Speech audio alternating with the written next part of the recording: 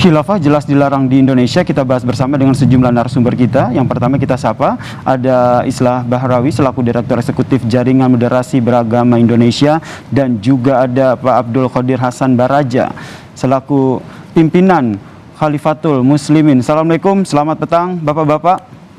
Waalaikumsalam warahmatullahi taala wabarakatuh. Saya ke Pak Abdul Qadir dulu. Apakah benar konvoi ini memang arahan dari Khilafatul Muslimin, dan sebenarnya apa tujuannya Pak Qadir? Baik. Khilafatul Muslimin bukan organisasi buatan Abdul Qadir Baraja, tapi Khilafatul Muslimin itu sistem kesatuan kehidupan bersama kaum muslimin dalam rangka menjaga keutuhan di mana dia berada bersama umat secara keseluruhan, baik Kristen maupun Buddha dan lain-lain. Baik, seperti di zaman Rasulullah SAW ada suatu perjanjian yang disebut Piagam Madinah. Piagam Madinah itu kesepakatan kaum muslimin di bawah kepemimpinan Rasulullah SAW bersama para sahabat beserta orang Yahudi yang tinggal di Madinah itu mempunyai kesepakatan bersama, kalau ada yang menyerang negeri Madinah kita sikat bersama-sama. Itu asalnya. Maka di dunia ini tidak ada negara yang bisa kita banggakan yang meniru sistem itu kecuali Indonesia, bahwa ada satu kesepakatan antara ulama yang Islam dan pemimpin organisasi lainnya bersama-sama maupun Islam dan Muslim. Kalau ada serangan dari luar, kita bela Indonesia ini mati-matian secara bersama, seperti zaman Madinah di zaman Rasulullah. Tapi sekarang penafsiran macam-macam untuk justru membela tanah air. Baik, berarti soal konvoi ini seperti apa Pak? Maka warga Muslim itu yang Muslim dan non-Muslim untuk membela tanah air, ini malah dituduh menentang tanah air, kan lebih lucu. Berarti tidak anti NKRI ya Pak Abdul? Loh, justru untuk menjaga NKRI kan. Madinah dulu, coba diingat sejarah. Madinah dulu itu ada piagamnya. Di Madinah itu bukan orang Islam semua, ada juga orang Yahudi, orang munafik, orang kafir, banyak juga. Tapi orang Rasulullah dan sahabat buat satu perjanjian bersama, kalau ada serangan yang akan merusak Madinah ini, kita serang bersama-sama. Itu mereka sepakat, namanya Piagam Madinah. Baik, sudah ditangkap. Iya Pak Abdul. Baik. Intinya adalah Anda menyatakan bahwa Khilafatul Muslimin ini tidak anti NKRI. Tanggapan Anda, Mas Islah Bahrawi? Ya, memang pola semua organisasi yang sifatnya terpisah, segregatif seperti Khilafatul Muslimin ini memang polanya seperti itu semua. Pertanyaan yang paling mendasar adalah, kalau memang mereka ini cinta NKRI, kalau mereka ini memang tidak bertentangan dengan hukum negara di sini, tidak bertentangan terutama dengan Pancasila, terus untuk apa dia mendirikan Khilafatul Muslimin? Itu kan pertanyaan paling mendasar. Untuk apa dia harus mendaulat dirinya sebagai khalifah sementara misalnya? Sementara di sini kita punya kepemimpinan yang sah, punya pemerintahan yang sah, sudah dipilih oleh rakyat, dan ini semua berdasarkan Pancasila. Dan apa yang ada di Indonesia hari ini sudah merupakan Khilafatul Indonesia. Ini adalah kesepakatan bersama seperti kesepakatannya Ibnu Khaldun dalam Al-Muqaddimah yang mengatakan bahwa satu negara itu adalah kesepakatan bersama antara rakyat dengan pemimpinnya, pemimpin dengan rakyatnya. Lalu untuk apa Khilafatul Muslimin ini didirikan kalau memang mereka ini tidak mau bertentangan dengan NKRI, tidak mau bertentangan dengan pemerintahan Indonesia, tidak mau bertentangan dengan Pancasila? Ini kan menjadi satu pertanyaan yang paling mendasar dan misterius gitu loh. Ini yang kemudian memang takiyah seperti ini yang selalu digelorakan oleh kelompok-kelompok separatis yang mengatasnamakan agama untuk ambisi politik. Orang Kristen, orang Islam, orang Hindu, orang Buddha di sini tidak pernah dirugikan, semua diberi kebebasan dalam beragamanya. Lalu kemudian muncul Khilafatul Muslimin mengatasnamakan pluralisme, mengatasnamakan Piagam Madinah. Ini loh yang menjadi pertanyaan mendasar. Baik Pak Islah, kita tahan dulu Pak Islah. Membentuk negara dalam negara. Tahan dulu Pak Islah, kita berikan kesempatan kepada Pak Abdul Qadir. Ya. Jadi kenapa kita adakan kelompok khilafah lagi untuk mempersatukan umat Islam. Allah dan Rasulnya mewajibkan umat Islam bersatu dan mengharamkan perpecahan. Bagaimana cara bersatunya? Kata Rasulullah, zaman dahulu umat beriman bersatu di bawah Nabi. Setelah aku ini nggak ada Nabi lagi, kata Rasulullah. Lalu siapa yang mempersatukannya? Namanya khalifah, di atas sejarahnya ribuan tahun. Lalu kita tinggalkan, ini masalahnya dosa, bukan menentang negara. Apa kalau orang sholat itu tidak perlu lagi? Karena tidak ada apa-apa dengan negara sholat. Mau sholat, mudah sholat kan sama aja. Kenapa sholat? Ya karena takut dosa. Jangan kita berpikir seperti orang kafir, tidak perlu takut dosa. Tanggapan Anda, Pak Islah? Maka kesatuan wajib, masa nggak ada caranya? Tidur aja ada caranya, nggak bisa dirubah. Saya tanya kepada Pak Abdul Qadir Baraja. Ya. Anda ini sekarang khalifahnya kan? Anda ini didaulat sebagai khalifahnya kan? Iya. Anda pikir Anda bisa menyatukan semua umat Islam di seluruh dunia, terutama di Indonesia? Oh, bersatu atau tidak itu masalah lain. Tapi usaha itu adalah kewajiban. Karena kita mencari pahala. Kalau tidak usaha, Pak, ada pahalanya. Pak, saya tanya kepada Anda sekarang.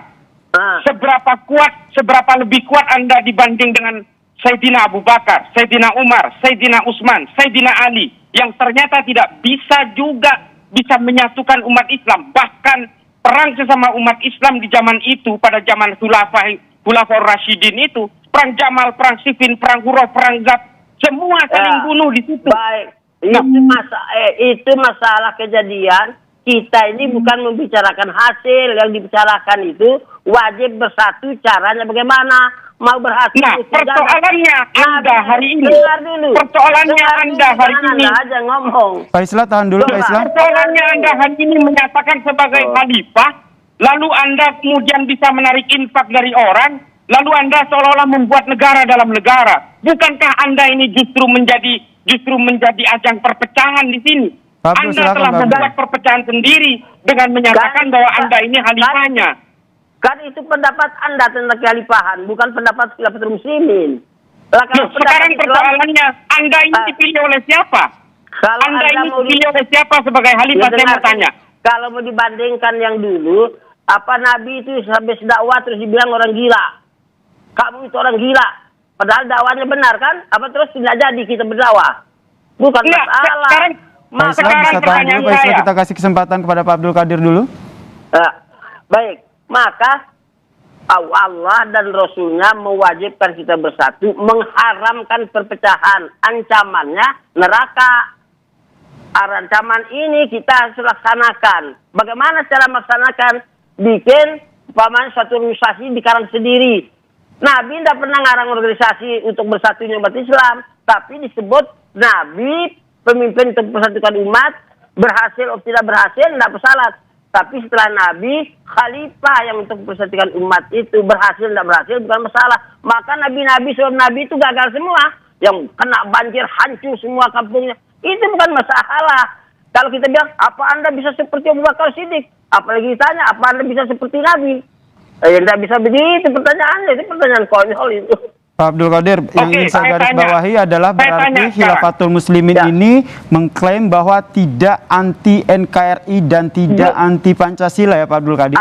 Sekarang saya kasih tahu informasi bahwa saya sudah umumkan kepada pemerintah dan kepada umat warga khilafah, awas siapa yang menentang Pancasila dan berdasar siap masuk neraka. Terus, Anda pernah bisa membayangkan itu?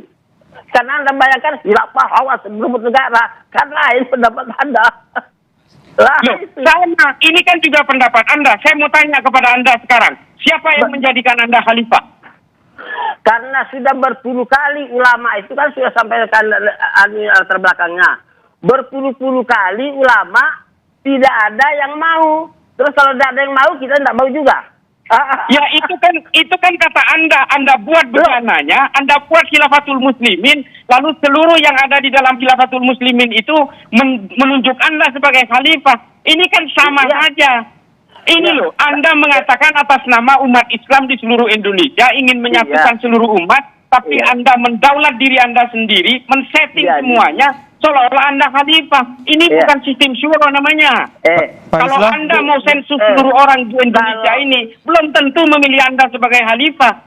Iya. baik, Pak Islah berarti menurut Anda sendiri meskipun khilafah Islamnya, khilafah muslimin sendiri menyatakan bahwa sudah anti, tapi Allah bilang wa ma arsalnaka illa rahmatan lil alamin. Nabi aja enggak pernah ke negeri ini. Enggak pernah ke Amerika, jadi Mekah Madinah saja. Tapi utusan itu rahmatan lil alamin. Terus Anda bilang, apakah Anda sudah sukses menjadi Nabi rahmatan lil alamin? Itu pertanyaan yang enggak ilmiah. Bang, Ya, Bang Abdul Qadir Baraja, sebentar. dengarkan. Kita belum selesai. Ya, sebentar. Bang. Bukan masalah sukses atau tidak sukses. Ini masalahnya melaksanakan kewajiban din untuk mendapat ridho Allah dari dunia sampai akhirat tanpa ada kekerasan. Dan Anda pun buktikan 20 tahun lebih kurang tidak pernah muslimin sekalipun tidak pernah ada demonstrasi aja, belum ada teriak-teriak, nggak ada. Tapi kasih sayang yang ditimbulkan. Terus Anda menafsirkan seperti khilafah yang ditafsirkan oleh orang banyak itu kan. Lah ini keliru.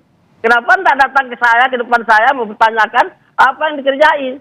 Apa Anda bisa ada buktinya sekarang khilafah pernah melanggar ini, pelanggar ini? Ada? Nggak ada kan? baik, Pak Qadir. Jadi bukan ngomong kosong. Baik. Bang Islah, meskipun tadi Khilafatul Muslimin sendiri menyatakan bahwa khilafah muslimin ini tidak anti Pancasila ataupun tidak anti NKRI, tapi tanggapan Anda masih merasa apa tanggapan Anda? Apakah masih merasa bahwa Khilafatul Muslimin akan membawa paham khilafah? Saya tanya kepada Pak Abdul Qadir Baraja ini. Menurut Anda Pancasila ini apa hukumnya? Pancasila dapat ini adalah kesepakatan ulama baik dari Kristen maupun dari Islam dan yang lain-lainnya bahwa harus bersama-sama menjaga negeri ini lewat konsep perjanjian Pancasila yang ke-45. Saya bilang kepada umat ini supaya dimengerti, tidak ada di negeri dunia ini, negara manapun tidak ada yang sehebat Indonesia punya kesepakatan menjaga bersama negeri ini, baik Kristen maupun Buddha maupun Islam. Sistem itu lewat perjanjian Pancasila 45. Kalau kita nggak taat, kita masuk neraka. Terus malah kita dituduh mau merubah Pancasila, kan jadi lucu. Terus menurut Anda, sekarang saya mau tanya, menurut Anda Pancasila dan khilafah ini lebih tinggi mana posisinya dengan sistem khilafah ini? Kalau untuk beribadah ya tinggi Quran dan Sunnah, bukan tinggi Pancasila. Itu kan kesepakatan. Anda tidak mengerti kesepakatan. Loh, bukan. Di bawah Pancasila ini apakah Anda tidak bisa beribadah? Ini makanya buktinya kalau Anda tafsirkan khilafah seperti sekarang, berarti saya dilarang beribadah. Karena mengumumkan khalifah ini untuk kesatuan umat Islam dalam rangka beribadah. Lalu kalau ditolak berlarang berarti Pancasila melarang ibadah. Lah kan?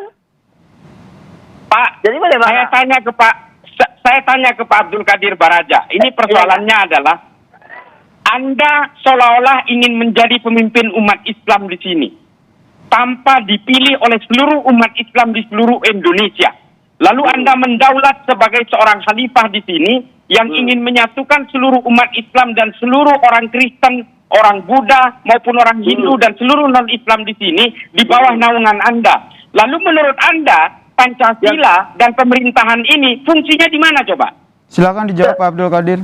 Ya, Pancasila 45 itu kesepakatan bersama untuk menjaga negeri ini. Ya kerja. Terus khilafah menurut Anda bukan kesepakatan? Kita kasih kesempatan ke Abdul Qadir dulu Bang Islah. Iya, kalau khilafah itu bukan kesepakatan semua. Ini suatu dakwah untuk mempersatukan yang mau, alhamdulillah, yang tidak mau kita tidak paksa, lakum didukum waliyadin.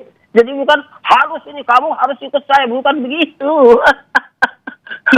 Gimana Anda enggak ini ada yang rancu nih. Sementara dia ini ditunjuk sebagai khalifah hasil kesepakatan katanya.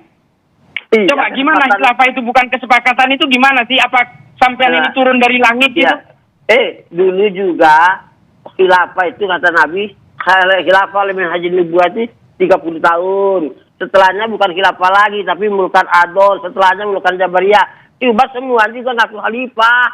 Karena apa? Ya karena khilafah itu sistem kebersamaan hidup kaum muslimin. Nah, kita mau cari itu kan baik menurut tuntunan. Pak Abdul. Kalau dilarang oleh Pancasila, tidak mungkin. Nah, Pak Abdul Qadir. Sebentar. Karena penafsiran khilafah itu, dulu karena banyak perang-perang kan, perang itu bukan hanya khilafah. Semua Baik, Pak Abdul Qadir.